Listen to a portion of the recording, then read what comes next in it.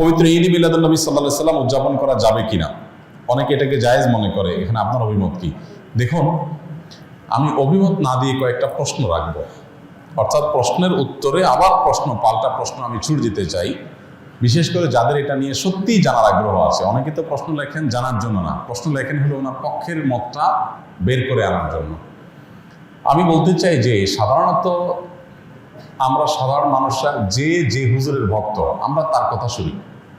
যে হুজুর মিলাদুন নবীর পক্ষে, তার ভক্তরা মিলাদুন নবীর পক্ষে কথা বলে এবং সেরকম দলিল খুঁজে বের করে সোশ্যাল মিডিয়াতে সেটা নিয়ে লেখালেখি করে। আর যে হুজুর মিলাদুন নবীর বিপক্ষে, ওনার ভক্তরা মিলাদুন নবীর বিপক্ষে তারা ক্যাম্পেইন করে, কাজকাম করে। আমার কথা হলো যে আপনি হুজুরদের পক্ষ বিপক্ষ না নিয়ে কয়েকটা প্রশ্নের উত্তর খোঁজার জন্য আপনি নিরপেক্ষভাবে চেষ্টা করেন। আপনি নিজে একটু সচেতনভাবে, সতর্কভাবে, অনুসন্ধানের দৃষ্টি নিয়ে এই প্রশ্নগুলোর উত্তর খোঁজার চেষ্টা করেন। আপনি শুধু উত্তর খোঁজার যদি সিরিয়াস চেষ্টা শুরু করে দেন এবং নিরপেক্ষভাবে চেষ্টা করেন, আমার বিশ্বাস যে আপনাকে আল্লাহ তাআলা হেদায়েত এবং সঠিক পথ যেটাই সেটা আল্লাহ তাআলা আপনাকে দেখিয়ে দিবেন। শর্ত হলো আপনি আগে গিয়ারটা নিউট্রালে এনে তারপরে খুঁজতে হবে। আমরা যারা গাড়ি চালাতে জানি তারা জানি যে গিয়ার, আপনার ম্যানুয়াল গিয়ার সাধারণত গাড়ি, এটা আপনার নিউট্রালে থাকার পর স্টার্ট দিলে গাড়ি স্টার্ট হবে। গিয়ার একটা দিয়ে রেখে দিয়েছেন আগে, এরপর আপনি স্টার্ট দিচ্ছেন, তাহলে গাড়ি কি হবে না? স্টার্ট হবে না, গাড়ি দৌড় দিবে, লাফ দিবে, সেটা সঠিকভাবে সার্ভিস দিবে না। এখন আপনি নিজে আগে মিলাদুন নবীর পক্ষের অথবা বিপক্ষের একটা গ্রুপের থেকে এরপরে বলতেছেন হ্যাঁ এই ব্যাপারে আপনি কি বলেন, কোরআন হাদিসে কি আছে, আপনি জানার চেষ্টা করছেন।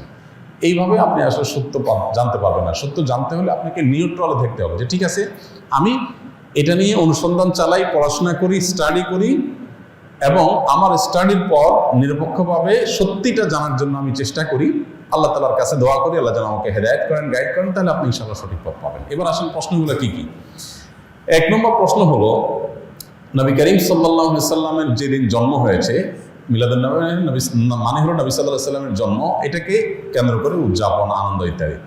প্রশ্ন হলো, নবী করিম সাল্লাল্লাহু আলাইহি সাল্লামের যে তারিখে জন্ম হয়েছে সেই তারিখটা কি চূড়ান্ত এবং অবিতর্কিত কিনা, অর্থাৎ অমুক তারিখে তিনি জন্মগ্রহণ করেছেন, ইতিহাসবিদগণ এ ব্যাপারে একমত কিনা বা হাদিস গ্রন্থগুলোতে এটা সুস্পষ্ট আসছে কিনা, এটা আপনি একটু জানার চেষ্টা করেন। আপনি যদি খোঁজ করেন, অনুসন্ধান চালান, তাহলে কিন্তু আপনি জানতে পারবেন, জানতে আপনার কষ্ট হবে না খুব বেশি, যে আসলে নবী সাল্লাল্লাহু আলাইহি সাল্লামের জন্মের তারিখটা এটা চূড়ান্ত কি চূড়ান্ত না।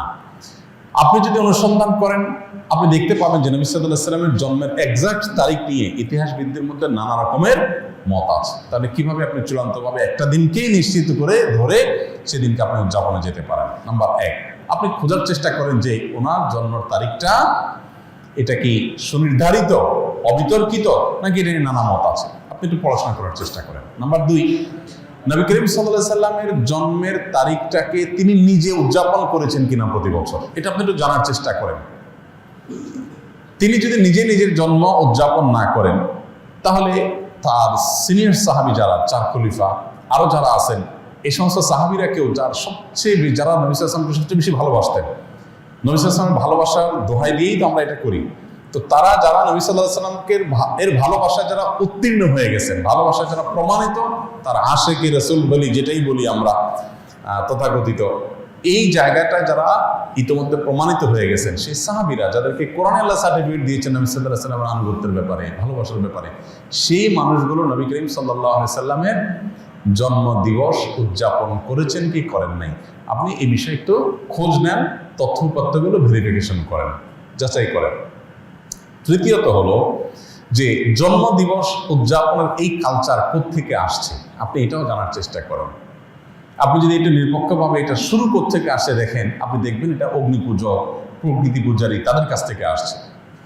এবং একসময় খ্রিস্টান ধর্মেও এই জন্মদিবস উদযাপন করাটা ব্যাপারে নিরুৎসাহিত করা হতো, নিষিদ্ধ করা হতো। পরবর্তীতে তারা নিজেরা আবার ওই প্যাগানদের দ্বারায়, প্রকৃতি পূজারীদের দ্বারা প্রভাবিত হয়ে তারাও তাদের নবীর জন্মদিন উদযাপন শুরু করেছে। আমাদের নবী সাল্লাল্লাহু আলাইহি ওয়াসাল্লাম বলেছেন, লা তুতরুনি কামা আতরাতিন নাসারা ইবনে মারইয়াম, তোমরা আমাকে নিয়ে বাড়াবাড়ি করিও না যেভাবে খ্রিস্টানরা ঈসা আলাইহিস সালামকে নিয়ে বাড়াবাড়ি করেছে। অতএব নবী করিম সাল্লাল্লাহু আলাইহি ওয়াসাল্লামের মিলাদুন নবী পালন করবেন কি করবেন না, উদযাপন করবেন কি করবেন না, সেই প্রশ্নের উত্তর আপনি পেয়ে যাবেন যদি আমার এই তিনটা প্রশ্নের উত্তর আপনি নিজে অনুসন্ধান করে জানার চেষ্টা করেন। আল্লাহ আমাকে আপনাকে আমাদের সবাইকে হেদায়েত এবং সত্যিকারের যে সঠিক পথ সেটা আল্লাহ তাআলা আমাদের সবাইকে আল্লাহ তাআলা দান করুন। ঈদ মিলাদুন নবী ও সিরাতুন নবীর মধ্যে পার্থক্য কি? মিলাদুন নবী মানে হলো নবী সাল্লাল্লাহু আলাইহি সাল্লামের জন্ম, আর সিরাতুন নবী মানে হলো নবী করিম সাল্লাল্লাহু আলাইহি সাল্লামের জীবনচরিত। তো সিরাতুন নবীর মধ্যে নবী সাল্লাল্লাহু আলাইহি সাল্লামের জন্ম, মৃত্যু, শৈশব, বেড়ে ওঠা, আল্লাহর আদেশে নিজের জীবনের সব বিষয়গুলো এর মধ্যে আছে। সিরাতুন নবী মানে জীবন ইতিহাসের মধ্যে সবই আছে। আর মিলাদুন নবী হলো সিরাতের অর্থাৎ নবী সাল্লাল্লাহু আলাইহি সাল্লামের পুরো জীবনের একটা অংশ। এটা হলো একটা পার্থক্য। আরেকটা বিষয় হলো যে মিলাদুন নবী এটা আসলে উদযাপন বা অনুসরণ করার বিষয় না। নবী সাল্লাল্লাহু আলাইহি সাল্লামের জন্মকে আমরা চাইলে অনুসরণ করতে পারবো না, যে উনি যেভাবে জন্ম হয়েছেন, যে তারিখে হয়েছেন, ওই তারিখে আমি হব, এরকম কোনো অপশন নাই তো। কিন্তু সিরাতুন নবী যেটা, এটা কি করা যায়? অনুসরণ করা যায়। নবী সাল্লাল্লাহু আলাইহি সাল্লামের জীবন চরিত দেখে দেখে সেই অনুযায়ী আমি আমার জীবনকে গঠন করলাম। তো এটা হলো মূলত আমাদের জন্য গুরুত্বপূর্ণ। আমাদেরকে নবী সাল্লাল্লাহু আলাইহি সাল্লামকে আল্লাহ দিয়েছেন তাকে অনুসরণ করার জন্য। তাকে অনুসরণ করার নামগন্ধ নাই, কিন্তু তার মহব্বতের দাবি করে আমি যাচ্ছে তা করে বেড়ালাম, তো এটা আসলে ইসলাম হতে পারে না। অতএব আমাদেরকে নবী করিম সাল্লাল্লাহু আলাইহি ওয়াসাল্লাম অনুসরণ করার চেষ্টা করতে হবে।